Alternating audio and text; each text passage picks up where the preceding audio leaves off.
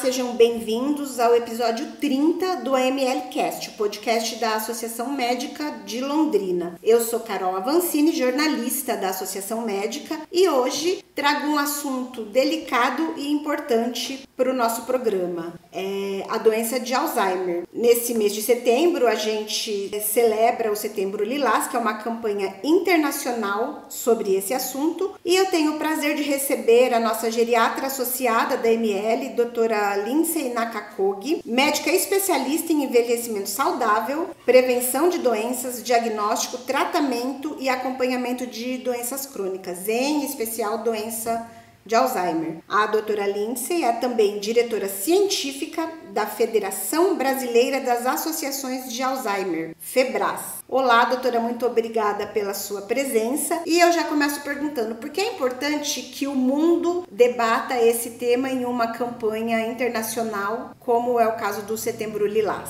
Olá, Carol, muito obrigada pelo convite. Para mim é sempre um prazer estar aqui na Associação Médica. Pois é, o Setembro Lilás, então, é uma campanha internacional para a gente conscientizar as pessoas sobre a doença de Alzheimer, para que as pessoas entendam que ter problemas de memória não é natural do envelhecimento. E quanto antes a gente fizer o diagnóstico, mais pessoas terão qualidade de vida no seu envelhecimento. E também porque existe como prevenir a doença de Alzheimer. Então, por isso a importância desse mês, o Setembro Lilás. Certo, doutora. E aí eu acredito que muita gente deve estar com a mesma dúvida que eu. Quais são, então, esses sinais, esses sintomas que a gente pode identificar em nós mesmos ou nas pessoas com quem a gente convive e que podem indicar doença de Alzheimer? Como observar isso? A doença de Alzheimer interfere na cognição da pessoa, né?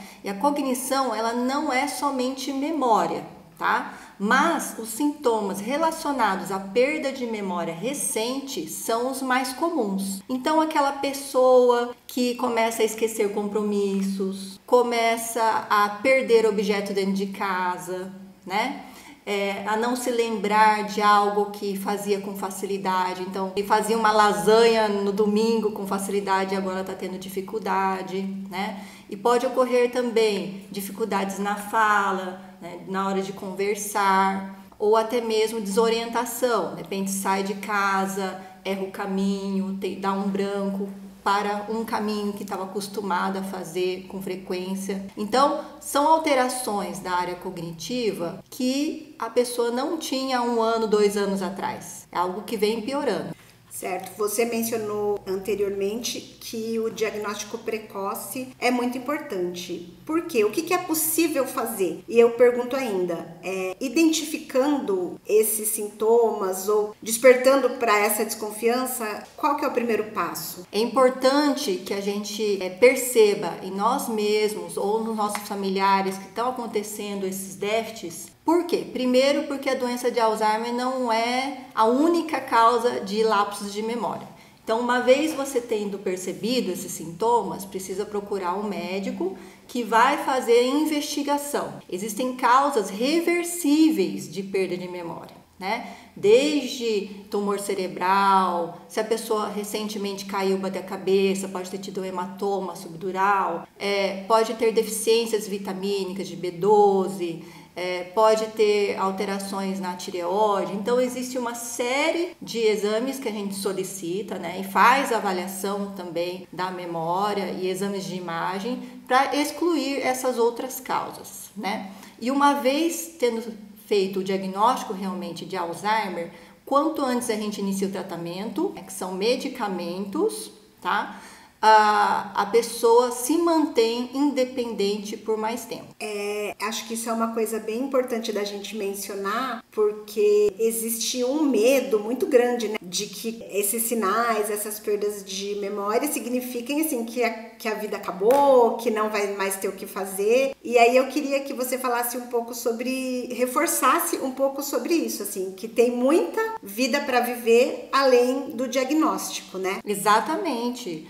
Quanto antes a gente inicia o tratamento, numa fase inicial, que a pessoa só está tendo esses pequenos lapsos, mas mantém as atividades de dia a dia, a gente consegue mantê-la nessa fase o mais tempo. E também, lembrando que o tratamento ele não é só composto por medicamentos, né? Medicamentos que fazem metade do tratamento. A outra metade do tratamento é atividade física, atividade intelectual, socialização. Então, se a pessoa sabe do próprio diagnóstico, os familiares também sabem, é mais fácil manter o tratamento não medicamentoso. Certo. A doença de Alzheimer e, imagino, outras demências, elas afetam o paciente e também os familiares, cuidadores, né? Então, eu queria saber se você tem assim, alguma recomendação para as pessoas que estão lidando com isso em suas famílias, em seu círculo ali de relacionamentos. Quais são as melhores práticas em relação ao bem-estar do paciente e também ao próprio autocuidado? Isso é bastante importante porque numa fase inicial da doença de Alzheimer, a pessoa ela percebe o que está acontecendo, tá? E isso pode trazer sofrimento, pode trazer depressão. Sintomas de depressão são bem comuns na fase inicial da doença de Alzheimer. E como interfere no dia a dia, a pessoa progressivamente vai ficando dependente de alguém, né? De um cuidador, de um familiar. Então, os familiares sofrem junto, né? É claro que a partir da fase moderada, o próprio paciente ele começa a não ter mais noção do que está acontecendo. Então, para ele não há mais sofrimento, mas quem cuida, sim. Então, é importante buscar informação, né? Nós aqui em Londrina temos o Instituto Não Me Esqueças, que é uma organização não governamental, que inclusive tem o apoio da Associação Médica de Londrina, que faz parte da FEBRAS. Esta ONG, da qual faço parte também, tem várias ações para informação, para ajuda, para aconselhamento, tanto dos pacientes quanto dos seus cuidadores e familiares, né? Então é importante que as pessoas busquem informação, busquem ajuda, e o Instituto Não Me Esqueças é uma boa fonte de informações. Super bem lembrado, doutora. E aí eu aproveito para lembrar os nossos ouvintes que o Instituto Não Me Esqueças faz uma palestra mensal na sede da ML Cultural ali no centro, é bem direcionado a cuidadores, e a programação está divulgada sempre nas nossas redes sociais, tanto da ML quanto da ML Cultural. É só seguir a gente para ficar por dentro aí dessa programação e de outros eventos também sobre esse tema,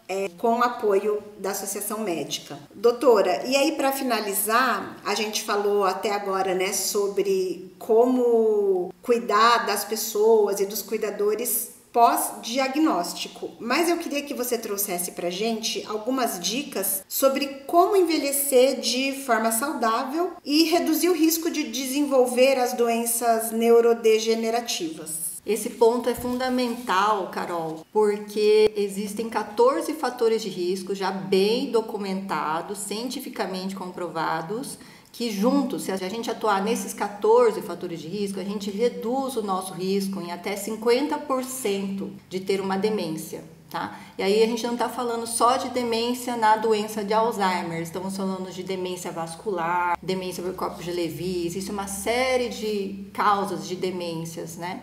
Mas sim, a Alzheimer corresponde a em torno de 60% a 70% das causas de demências, né? E essa prevenção ela começa cedo, porque baixa escolaridade é fator de risco, né?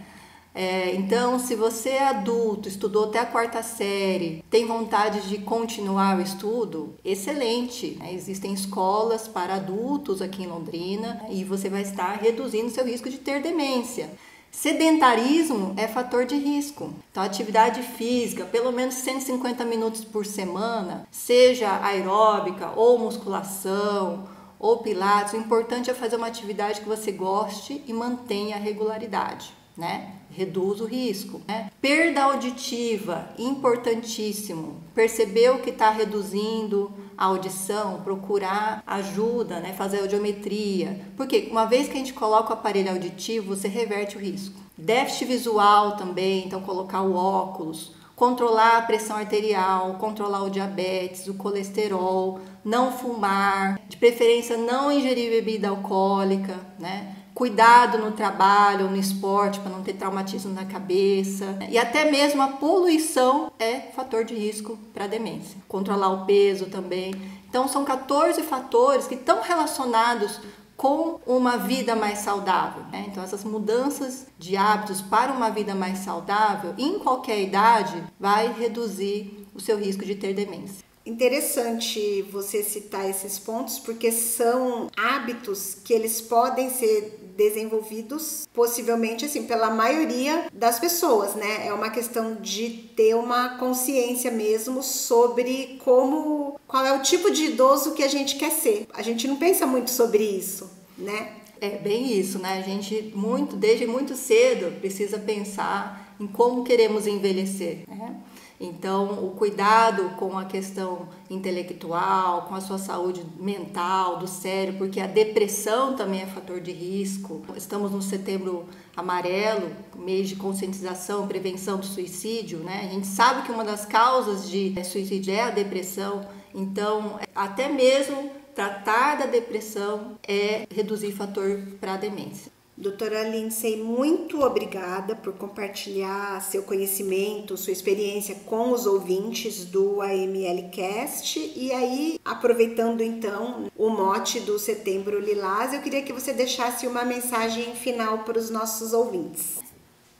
Um problema que nós temos aqui no Brasil é que ainda a maioria das pessoas que têm demência não foram diagnosticadas, né? Então, esse é o meu pedido para os ouvintes, né? Se vocês perceberem que tem alteração de memória, ou perceberem que o vizinho, ou um familiar, o avô, os pais estão com problemas de memória, leve para avaliação médica, né? O médico saberá investigar e iniciar o tratamento para a doença de Alzheimer. Inclusive, as medicações são todas fornecidas pelo SUS. Aproveitando então o recado da doutora Lindsay, eu também reforço que procurar ajuda é sempre o melhor caminho para prevenir e mitigar os riscos, né, das doenças, inclusive a doença de Alzheimer.